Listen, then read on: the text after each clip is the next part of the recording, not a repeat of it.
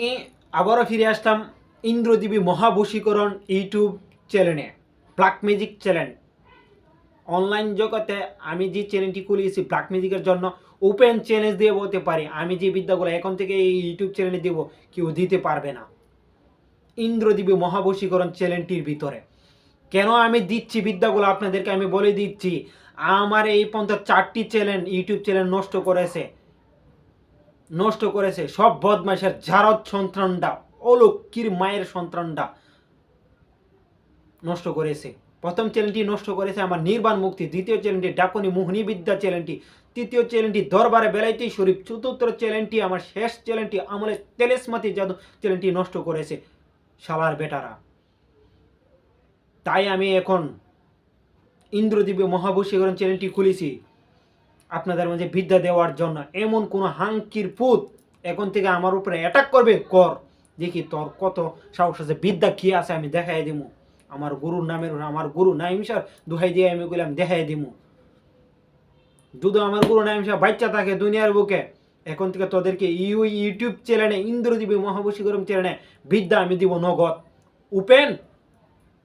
India এবং বাংলাদেশের ভিতরে যে বিদ্যাগুলোকে আজ পর্যন্ত ইউটিউব জগতে কেউ দেয় নাই, আমি দিব তোদেরকে। এক মার সন্তান যদি এ থাকে আমার চ্যানেলটি দীক্ষা তোরা কাজ কর, অযথা মন্তব্য করবে না।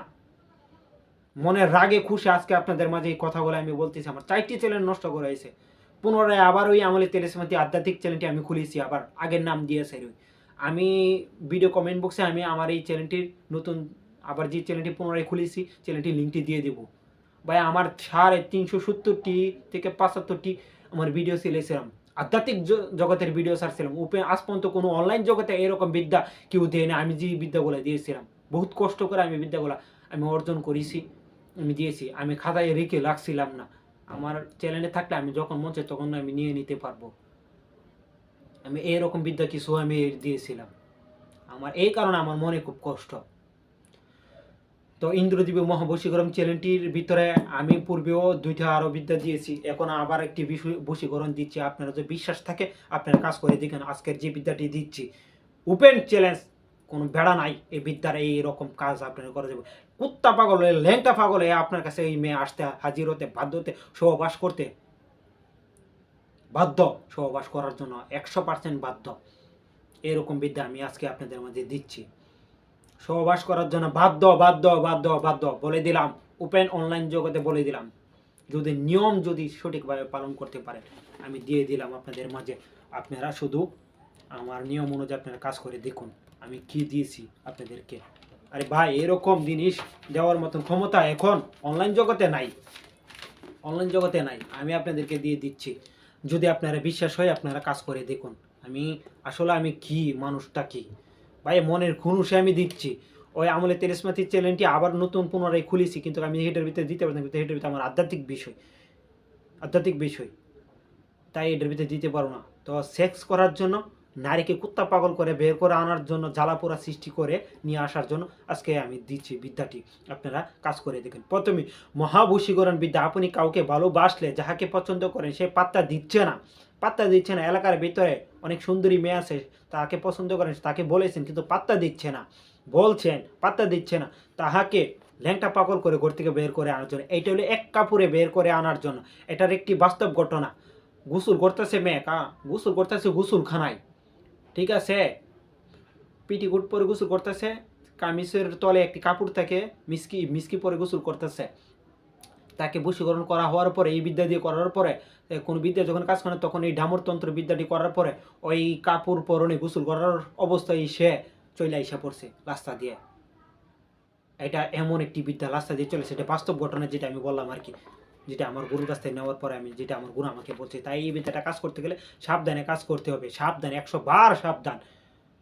কারণ মেয়ের মান ইজ্জত মারবেন না, এবং মেয়ের মা আর বাবার আত্মীয় স্বজনের মান ইজ্জত মারবেন না। এটা কাজ করতে গেলে এমন কেসে চলে আইসা পড়তে পারে, এক কাপড় পরও নেই, গোসল করার থেকে আইসা পড়তে পারে।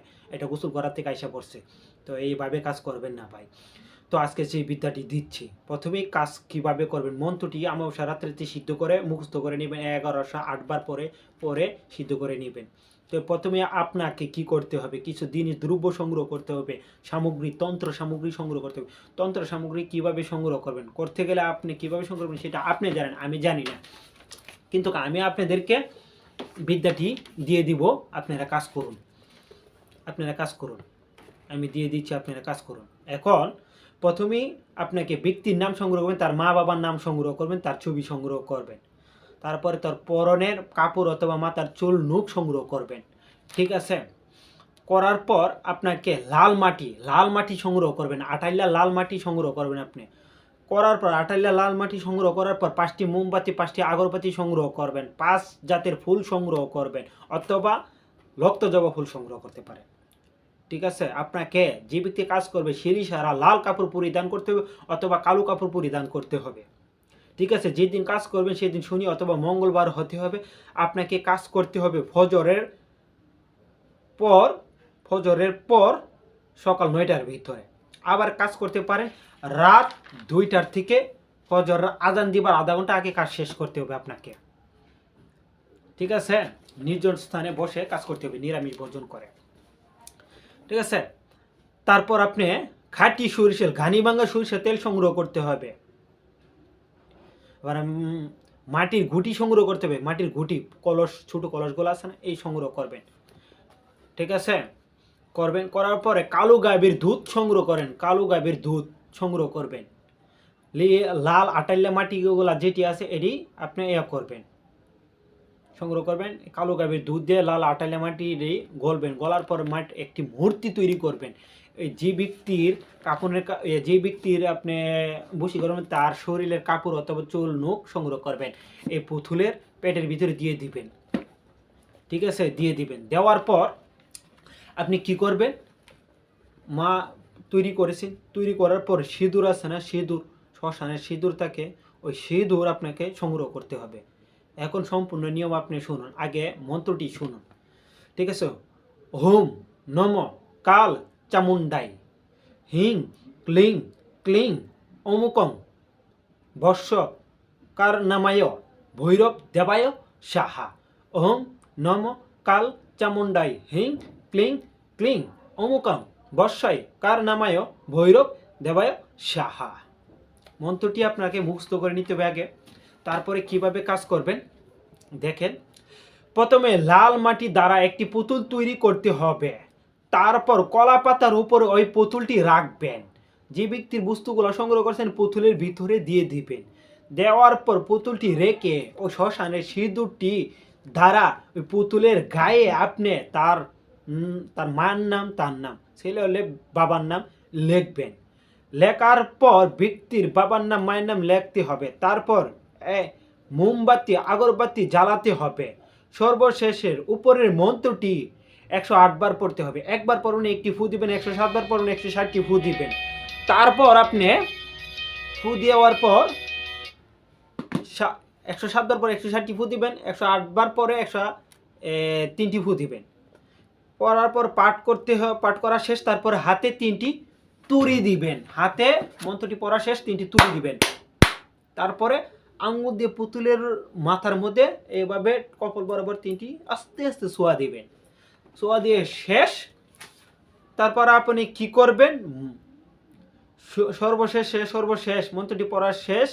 মোট 7 দিন রাতের বেলা অবশ্যই মন্ত্রটি 108 বার করে পড়বেন, পুতুলের মধ্যে পরে সিদ্ধ করে নিতে হবে।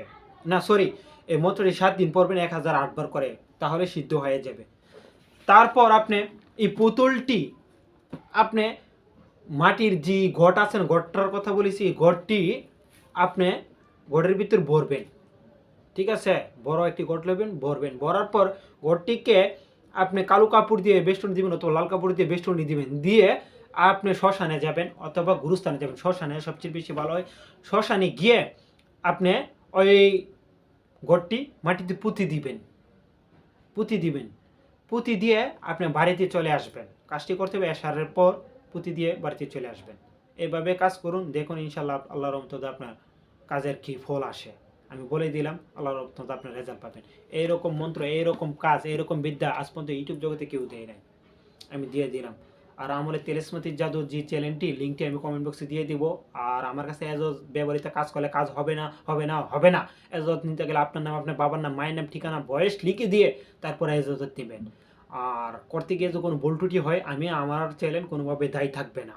আর যে কোনো সমস্যার সমাধানের জন্য ইনশাল্লাহ আমার নাম্বার দেওয়া থাকবে, নাম্বারে যোগাযোগ করবেন, আমি আপনাদেরকে সহযোগিতা করব। ভালো থাকবেন, সুস্থ থাকবেন, ইন্দ্রদেবী মহাবশীকরণ চ্যানেলটির পাশে থাকবেন। আসসালামু আলাইকুম ওয়া রাহমাতুল্লাহি ওয়া বারাকাতুহু।